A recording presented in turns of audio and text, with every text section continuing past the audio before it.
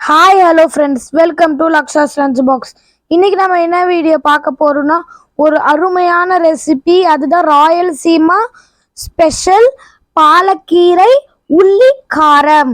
உள்ளினா என்னதுன்னா வெங்காயம். இது சப்பாத்திக்கு சாதத்துக்கு ரொம்ப சூப்பரான கிரேவி. நல்லா சூப்பராக இருக்கும் சாப்பிடும் போது. இதுக்காக ஒரு மிக்ஸி ஜார் எடுத்துட்டு அதில் 3 மீடியம் சைஸ் வெங்காயம்,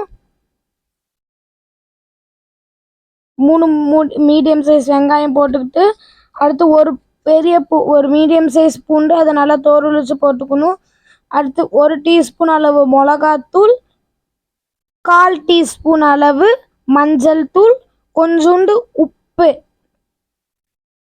சேர்த்து நல்லா அரைச்சிக்கணும். அரைச்சி பக்கத்தில் வச்சுட்டு ஒரு கடாயை எடுத்துட்டு அதில் ஒரு 4 டீஸ்பூன் அளவு எண்ணெய்,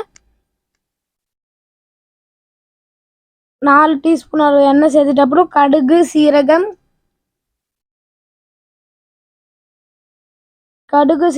சேர்த்துட்டு அப்புறம் உளுந்த பருப்பு, கடலைப்பருப்பு கால் 1 டீஸ்பூன் அளவு சேர்த்துட்டு, பூண்டு, அடுத்து காஞ்ச மிளகா ஒரு 4 பூண்டு, அதான் குட்டி குண்டியாக இருக்குல்ல ஸ்லைஸ், அது 4 பூண்டு, அடுத்து காஞ்ச மிளகா போட்டு வதக்கிக்கணும். அடுத்து நம்ம செஞ்சிருந்த அந்த மசாலா இருக்குல்ல, நம்ம வெங்காயம் அதெல்லாம் போட்டு செஞ்சிருந்தல, அது இது கூட சேர்த்துக்கணும். இதோட பச்சை வாசனை போகிற வரைக்கும் நல்லா வதக்கிக்கணும்.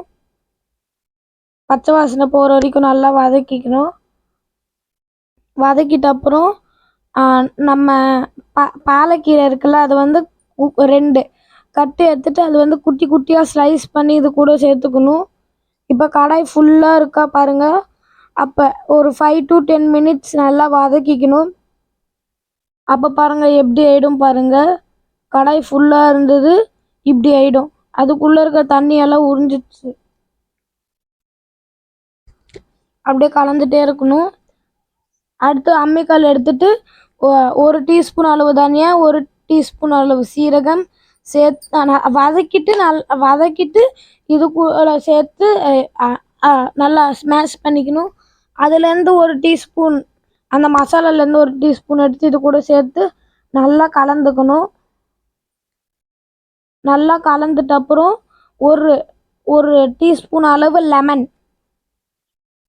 புழிஞ்சுக்கணும். 1 டீஸ்பூன் அளவு லெமன், இல்லைன்னா கட் பண்ணால் ஒரு 1/2 லெமன் இருக்குல்ல, அது இது கூட சேர்த்துக்கணும். அடுத்து நல்லா கலந்துட்டு ஸ்டவ் ஆஃப் பண்ணிக்கலாம். ஈஸியான ரெசிபி.